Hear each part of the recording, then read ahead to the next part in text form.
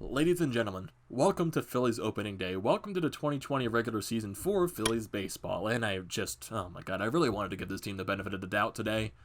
Against the Miami Marlins on opening day, you had Nola on the mound, and just in typical Phillies fashion, they come to disappoint because they are playing the Miami Marlins. They lose opening day to the Miami Marlins by a score of 5-2. And like I said, I wanted to give them the benefit of the doubt, but in Phillies fashion, they just disappoint. And I just feel like, for some reason, the baseball gods just choose that one team that the Phillies are going to lose to time in and time out. And they chose the Marlins, a team in our division that we have to see a lot during the regular season. And I also feel like when the Marlins look at their schedule for each baseball season, they look at all the Phillies series, and they circle them in red ink. And they say, hey, screw the other series, we'll just do our normal thing in them. But when we play the Phillies, we're going to play actual good baseball and give their fan base a miserable time just because we don't like Philadelphia and we don't like the Phillies. I just feel like that's the thing that happens. Granted, that is an overreaction, but hey, it could happen because it's just the luck of the Phillies. So, just going over this game, yes, it is one game out of 60. It is the first game of the Phillies season. There are going to be many, many more. But since every game matters now because it is a 60-game shortened season. And it's also a 16-team playoff format. So the Phillies have a very good chance at making the playoffs. So some of these losses against bad teams, yes, granted, it is one game. But when you lose to a bad team, you're going to get criticized a lot. And that's what I'm going to do in this review. I'm going to criticize this game because the Phillies were not very good in this game. So they lose 5-2. The offense was very piss poor. Nola had 5 good innings. In the 6th inning, he was very gassed. He just did not have it. And granted, that is not an excuse for that. But just going into that 6th inning, he just didn't have it. He did not have it at all. Same thing goes for the offense. Only one guy in the lineup did their job today, and that was Didi Gregorius. He was literally the one-man carrying crew of the Phillies lineup in today's game. He had himself a game for them. And speaking of players who had themselves a game, Alcantara of the Miami Marlins, he pitched phenomenal today. He went 6 2/3, allowed 3 hits, 1 earned run, 2 walks, and 7 strikeouts. And he was doing his job. He was getting the Phillies into bad counts, forcing them to protect the plate. They struck out a lot. They got a lot of weak ground balls, pop-ups, and he was just doing his job out there on the mound. And he made the Phillies look stupid out there. And a lot of Phillies batters today. Specifically, if you look at the 1 through 4th spot in the Phillies lineup, that's Andrew McCutchen, Rhys Hoskins, Bryce Harper, JT Realmuto.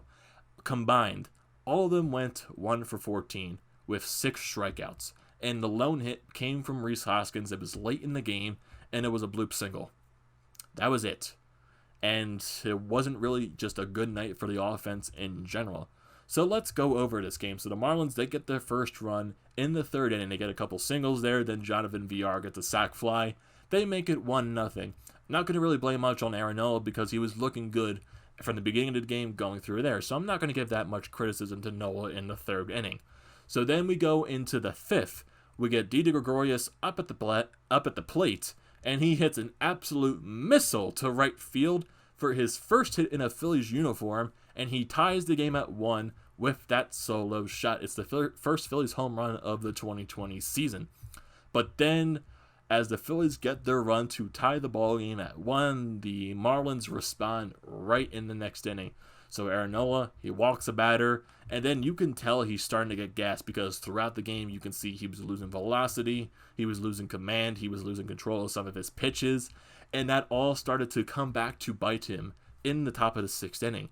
So he walks a batter, and then he throws a hanging curveball right down the middle to Jesus Aguilar, and he crushes it into left center field, and it's a 3-1 Marlins lead. And then the Marlins, they tack on a couple more runs later in that inning after Nola gets pulled. So he gets pulled, and then the Phillies bring in Rosso, who is making his major league debut out of the bullpen. Not a good first impression. It was flat out bad. It was very bad from him out of the bullpen. It was just not good. And going back to Nola, his stat line on the night, 5 in the 3rd innings pitched, 5 hits, 4 earned runs, 1 walk, 7 strikeouts. And going back to Rosso, there was just specifically 2 at-bats in a row where there was a runner on second base and there was a runner on third base. And then he throws basically 2 wild pitches in the same at bat. And it's just, oh my god, these pitches were just terrible. They were just completely awful. He just spiked them, and JT Realmuto could do nothing about it, as when they hit the dirt, they just went right to the back wall. And the first wild pitch, that made the runners advance the second and the third. Then the second wild pitch allowed a run to score to make it 4-1 Marlins. And then soon after that, Garrett Cooper gets a double, which scores in a run for the Marlins to make it 5-1. And then Rosso gets pulled, and then the Phillies bring in McLean. And McLean did his job. He got out of the inning. It's a 5-1 Marlins lead. So let's go into the 7th inning, because I would say, honestly, the Phillies bullpen after Rosso came in, they did their job. The Phillies brought in McLean, Davis, and Kelly, and they all did good. McLean pitched an inning, basically, and he got no hits, no earned runs, no walks, no strikeouts. Very good, solid outing out of the bullpen for him. Davis came in, he allowed 2 hits, no walks, no earned runs, no strikeouts. Good inning for him from Davis. Kelly, he went an inning in the third, allowed 1 hit, 1 walk, 1 strikeout. The rest of the Phillies bullpen did very good. So let's go into the 7th inning, because this is where it gets very interesting, specifically from the Phillies side. So Didi Gregorius, he was having a good day at the plate. He gets on with a walk. And then Jean Segura, he gets an out. And then this is the second out of the inning coming up for Jay Bruce. So he just hits a fly ball to center field, so you're expecting this to be the third out of the inning. And you get Jonathan Villar in center field, who is adjusting to the outfield for his first time, because he's transitioning there the first time this season. And it gets to him, and the ball hits the palm of his glove and pops out of it onto the field. And you get Didi Gregorius not stopping. He continues to hustle around the bases, and as he hears that the ball is dropped, he is running straight to home plate, and he scores off of that to make it a 5-2 Marlins lead. And this is where it gets very depressing. It gets very depressing after this, because Scott Kingery comes up, and during this at-bat, before he came to the plate, so John Kruk at the Phillies broadcast, he was saying, hey, Scott Kingery, get a fly ball out into the stands out here, make it a 5-4 ball game, make this interesting. And he almost did it. Scott Kingery almost hit a 2-run shot to make it a 5-4 ball game. It was this close to being fair. It was this close to foul ball. It was this close at a foul ball. And it was almost a home run. And then Scott Kingery just grounded out. It was just, oh my God, we were so close to making it a 1-run ball game. So it was like with that Jay Bruce, that error by Jonathan Villar, we were thinking, oh, the Phillies are actually going to catch a break, and it didn't happen. And Scott Kingery almost hit a home run and went foul, and it's 5-2 after the 7th inning. And then the Phillies, they do get runners on in the 8th inning. They got 2 runners on for JT Realmuto, and grounds out.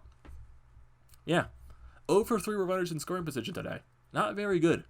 And then we go into the 9th inning. The Phillies get Didi Gregorius on, and then the next 3 batters get out. And that's your ball game right there for the Philadelphia Phillies. It just wasn't a good performance at all by this ball club. It just was not. And if you go through the entire lineup, like I said, 1 through 4, they went 1 for 14. They went 1 for 14, 6 strikeouts. So, Andrew McCutchen, 0 for 4, 2 strikeouts. Rhys Hoskins, 1 for 3 with a walk and a strikeout. Bryce Harper, 0 for 3 with a walk and 2 strikeouts. JT Realmuto, 0 for 4, a strikeout. Didi Gregorius, he did his job at the plate. 2 for 3 with a home run and a single and a walk. Jean Segura, 0 for 4 with a strikeout. Jay Bruce, 0 for 4. Scott Kingery, 1 for 3. And Roman Quinn, 1 for 3 with a strikeout. And just 5 hits total. 5 hits total for the Phillies, and 0 for 3 with runners in scoring position. It's not good enough. It is not good enough at all. Just like I said in the beginning of this video, yes, it is 1 game. It is 1 game out of 60. But you just cannot have performances like this. Hopefully this is going to be the only blunder of this series against the Marlins, because it's actually nice to know that watching the press conference that it's not Gabe Kapler talking as the Phillies manager, it is in fact Joe Girardi, and he gave a good press conference. He explained it how it is, and he said, we're going to get him the next day. We're going to get him tomorrow. And that's what you want out of a Phillies manager. That's what you want. You just want him to tell him how it is and say, we're going to get him tomorrow. When you get Gabe Kapler in there, he'll specifically go over specific at-bats during a game. He'll say, oh, Rhys Hoskins during the 4th inning, he had a really good at-bat for himself. He drove it to a 3-2 count. He got the out regardless, but he had a really good at-bat. It's just, no, we don't need those specifics. We just want you to tell it how it is. Joe Girardi, specifically, told us how it is and said, we're going to get him tomorrow. That's what we want. I like the interview from Joe Girardi. And just going over this game in general, it's just, I know, most people are just going to say it's 1 game out of 60. But there's a right to criticize this game because every game matters. It does. And granted, like I said earlier, this could be the only blunder during the series against the Marlins. But it just shows in the past, in previous seasons, that the Phillies cannot play good against the Miami Marlins. They just, for some reason, struggle against them, and the Marlins have our number. I just don't know why. It just happens. It just does. There are just those teams, for some reason, that have your team's number. It happens all the time in sports. There's always going to be that one specific team that has someone else's number. It just happens. It's like that in all sports. And it sucks to see it, but the Phillies need to learn how to get better at beating bad teams, because that's been one of their problems the past few seasons, and why, even though they go through the previous season collapses halfway through the season, it's also granted to the fact that they lose to very bad teams like the Miami Marlins. And this year, since it's only going to be AL East versus the NL East, and the Phillies are only going to be going up against their division rivals and the American League East, you're going to be playing maybe a couple bad teams. You're going to be playing Miami for 2 more series after this, and then I think you're going to be playing the Baltimore Orioles, who are a terrible team, for 1 or 2 series.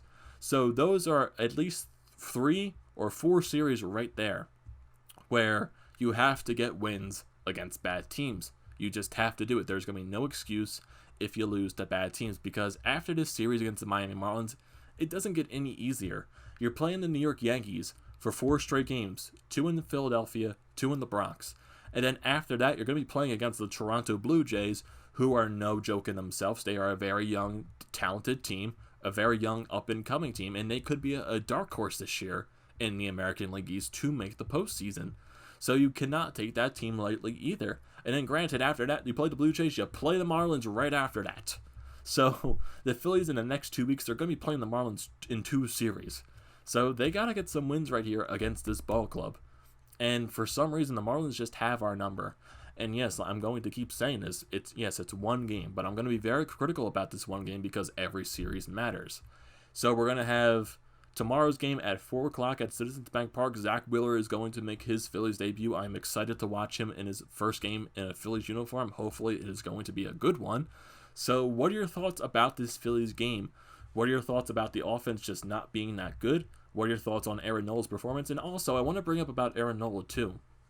It's just, specifically for Aaron Nola, before I get to the end of this video, it always feels like since that 2018 season when he was nominated for the Cy Young Award in the National League, it just feels like last year, it was just off and on. When he would have that really good start, there would be that 1 inning during the game, that 1 inning that would ruin the entire start for him. And that felt like it was one of those starts today. He was doing very good throughout this entire game, innings 1 through 5. Yeah, credited, he allowed the sac fly in the 3rd inning, but it wasn't that bad. Innings 1 through 5 were really good, but then when you got to the 6th inning, it just fell apart for him.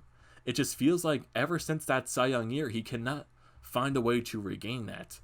And as a Phillies fan, I love Aaron Nola to death. But as a Phillies fan, does that question the thoughts about Aaron Nola being the ace right now? Because he just cannot find that way to be as consistent. I'm not asking him to be that Cy Young form every single outing, but he needs those outings where he does not have that 1 inning that ruins the entire start for him. He needs to find that way to drop that. He needs to find a way to be more consistent.